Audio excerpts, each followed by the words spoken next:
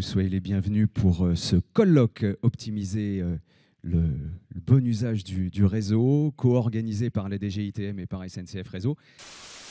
Le rattrapage du retard accumulé impose un effort soutenu et continu d'investissement dans la régénération. Et ces travaux forcément pénalisent les circulations. Le ferroviaire est un système dans lequel les acteurs sont interdépendants. Les besoins des uns risquent de se répercuter sur les marges de manœuvre des autres. Dès lors, aucun acteur ne peut raisonner comme s'il était le seul utilisateur du réseau. Toutes les grandes tendances sont favorables au ferroviaire aujourd'hui. Elles plaident en faveur d'une meilleure anticipation de cet usage du réseau. On a de la croissance dans le ferroviaire. On est un secteur qui doit gérer sa croissance, ce qui est quand même extrêmement positif par rapport à d'autres secteurs d'activité. Ces plateformes, ce n'est pas des clubs de discussion, c'est vraiment des instances de travail qui aboutissent à des résultats concrets à 5 ans, à 10 ans, et c'est vraiment l'objet de ce que nous souhaitons faire. Commençons par l'échelle planétaire. C'est ici à Paris, il y a 10 ans, que l'accord de Paris a été signé. On prévoyait 1,5 degré de réchauffement. Là, pour la fin du siècle, on est plutôt sur un trajectoire de 2,6. L'Union européenne, évidemment, a fixé, elle, l'objectif de décarboner d'ici 2050.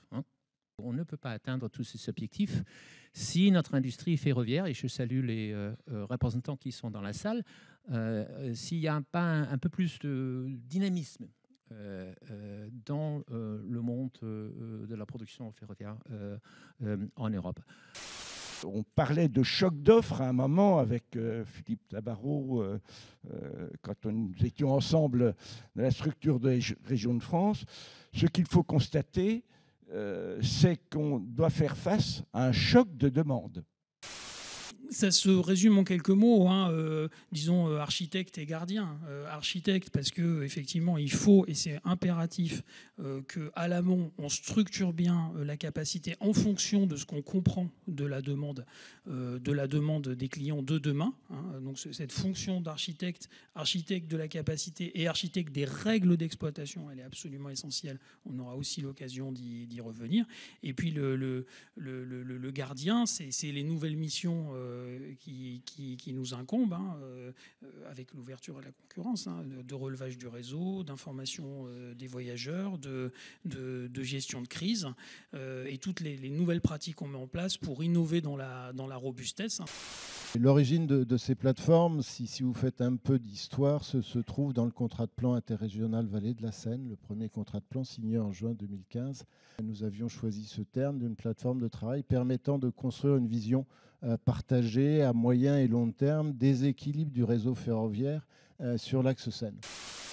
La confiance. Alors la confiance, il faut voir qu'en 2021, quand on s'est mis tous autour de la table, aucun acteur n'avait réellement une vision très claire de où on allait et comment on y allait. C'est-à-dire que c'était à la fois le point d'arrivée n'était pas très, très clair, mais la méthode pour y arriver, elle l'était encore moins. Donc il faut de la confiance les uns dans les autres pour s'embarquer, consacrer du temps à ça. C'est un système ferroviaire européen et donc c'est la nécessité d'une intégration des méthodologies des gestionnaires d'infrastructures européennes qui aujourd'hui ne sont pas les mêmes.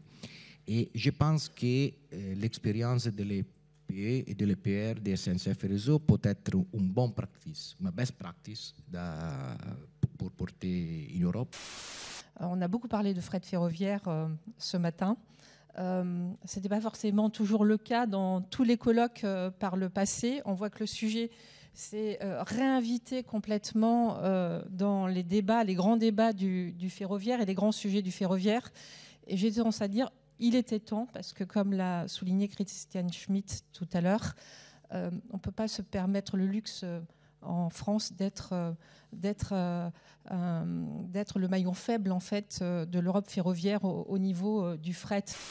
Le transport de marchandises, on a envie et on a globalement intérêt à ce qu'il s'appuie sur une armature puissante en France. Et pour l'atteindre, c'est un jeu de partenariat entre acteurs publics et acteurs privés. Enfin, on s'occupe du réseau existant. Et ça, c'est vraiment quelque chose d'important. C'est-à-dire, on s'en occupe on le valorise, on l'optimise.